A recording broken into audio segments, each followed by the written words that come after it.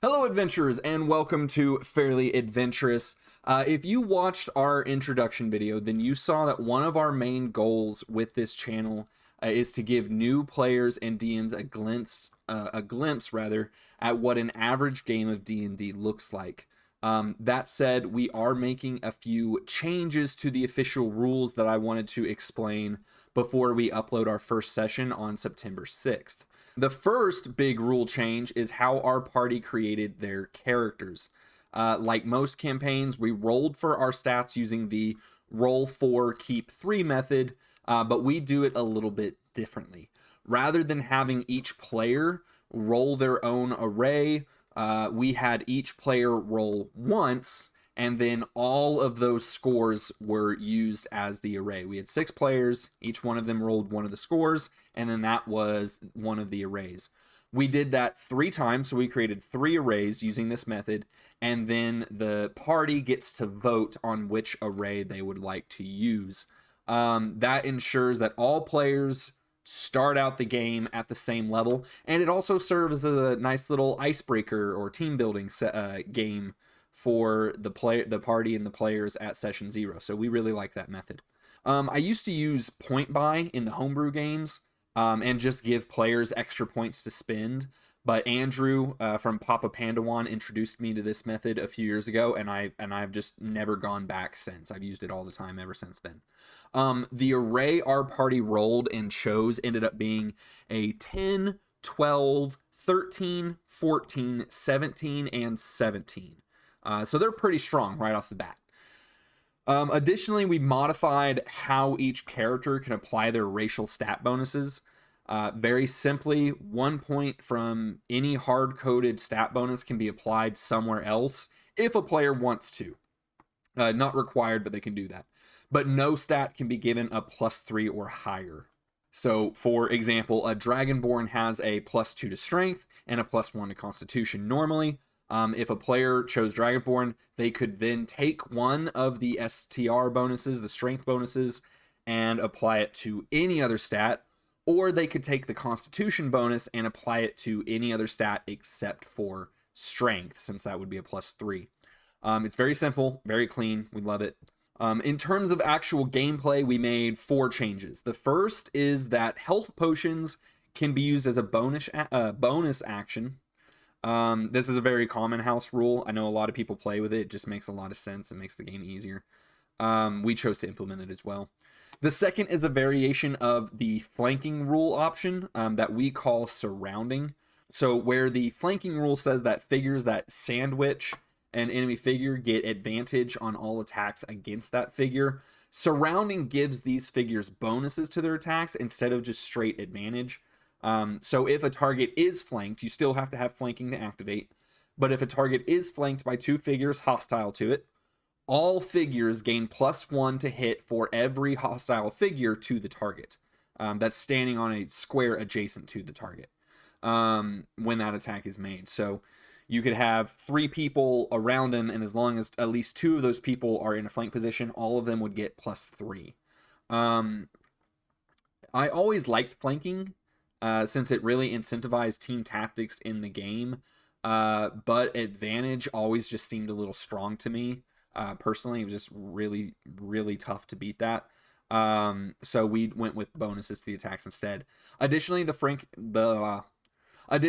flanking rule doesn't benefit additional figures that aren't in the flank position. So in the rules as written, only the flanking characters get the advantage, and another person who comes up doesn't really get anything. And that never seemed to make sense to me, since more figures would make it harder. So surrounding keeps the benefit of playing with a team, of using team tactics, and allows additional characters to join in without absolutely breaking the encounter too quickly. Because if you wanted that third person to get a bonus, just giving them advantage, I mean, it'd be rough for that figure. Make balancing encounters a lot more difficult. The third way we adjusted the game is by modifying the help action. As written, any character can take the help action and give another character advantage on the check that they are being helped out on. Makes total sense that assistance would be able to be provided, but not all actions, in my opinion, are equal, and just giving straight advantage never made a lot of sense to me. So similar to flanking, though, this doesn't really allow more than one party member to assist, at least not in a way that gives an actual tangible benefit. Because once you've got advantage, you got advantage. If one person assists you, you got advantage. There's no double advantage, triple advantage, quadruple advantage. How we will be playing it, anytime a character wants to help another, I will ask them how they intend to help. And then after listening to their answer, I will determine what skill or stat modifier is best associated with the assistance they provide. And the character who is actually making the check can add the modifier to that roll. Regardless of that modifier, the minimum assistance will always be +1, so you won't ever hurt a check. This does two things. First, it lets other characters come in and assist in the same role and just continuously add bonuses to that role. Second, it encourages creative thinking to figure out the best way to assist a role that matches each character's unique strengths. So if you have a low athletics modifier, but a high perception modifier, you probably want to assist a party member who's scaling a cliff by looking at the cliff and telling them where a good foothold is, rather than trying to reach down and pull them up. So it allows for creativity and critical thinking. The last change we made to the gameplay was making all death saving throws secret. Only the DM and the player who is actually making the save will know the result of the save roll. This will theoretically, I've never actually played with this rule before, it's the first time we're implementing it, but theoretically this will help fuel the drama and tension at our table, and hopefully for the audience as well. You guys can let me know, because eventually someone will have to make a death saving throw. I'm a generous DM, but I'm not without my faults, and one of my faults is I do want to knock them down at least once. Our characters will start the game at level 3, which is very common. A very common place to start. A lot of people play those. And we will be XP leveling. However, I did make a few modifications to how players can attain XP, all for their benefit. First and foremost, rather than individual party members getting XP and being at different levels, experience is held in common by the party. Rather than a character being at level 3, the whole party will be at level 3 the entire time. And experience points earned by each player will contribute to the party's total experience points. Additionally, there are opportunities every session to earn bonus experience points. The way I personally set up my campaigns, it's much like a TV show. And each quest that'll take place throughout the season will have parts, and those parts will be spread out over a couple different sessions. Normally I spread it out into 1 to 4 parts, just depending on the quest. Like a main quest will probably be 3 to 4, side quest will be 1 to 3. But every time that a part is completed, they get a 4% experience bonus. That is that if you took the experience points required to get to your next level and subtracted the experience points required to be at the current level, that's how many points you need to earn, and they get 4% of that difference for completing a quest part. If the party completes a quest, they get an additional 2% on top of their final quest part bonus. So that final quest part is worth 6% instead of just the regular 4.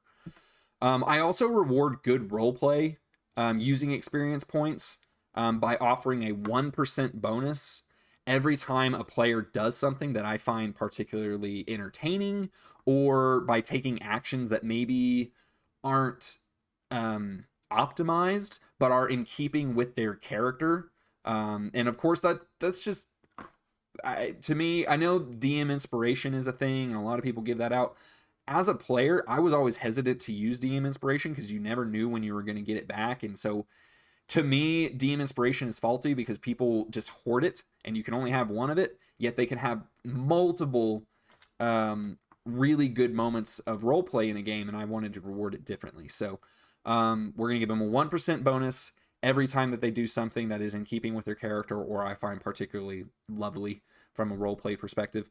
And of course, those are just the bonus opportunities. The majority of their experience points will still be earned through encounters. And just like normal, their experience points per encounter are divided by the number of party members who were there at that session.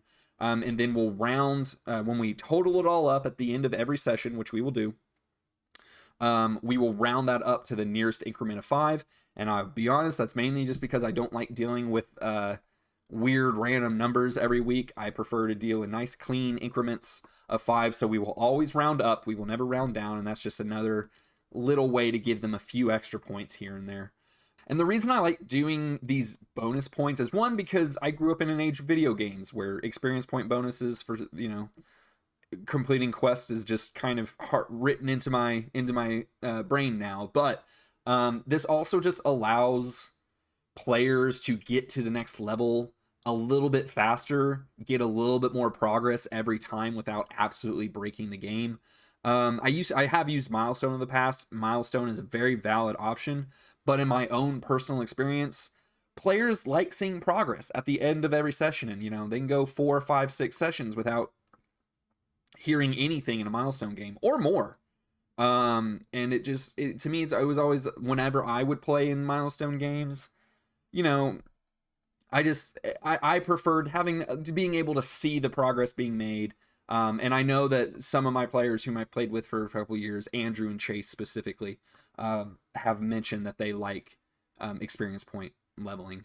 So that's what we're going to do. And it gives us these options to reward things like role play without using DM inspiration, which I've already said is I'm not a particular fan of, and to reward them for quests and kind of keep them on track a little bit more. But that is it. Those are all of the house rules our campaign will be utilizing. Let us know by commenting what house rules you have used in the past that you enjoyed, or house rules that you just absolutely hated. There are those out there as well.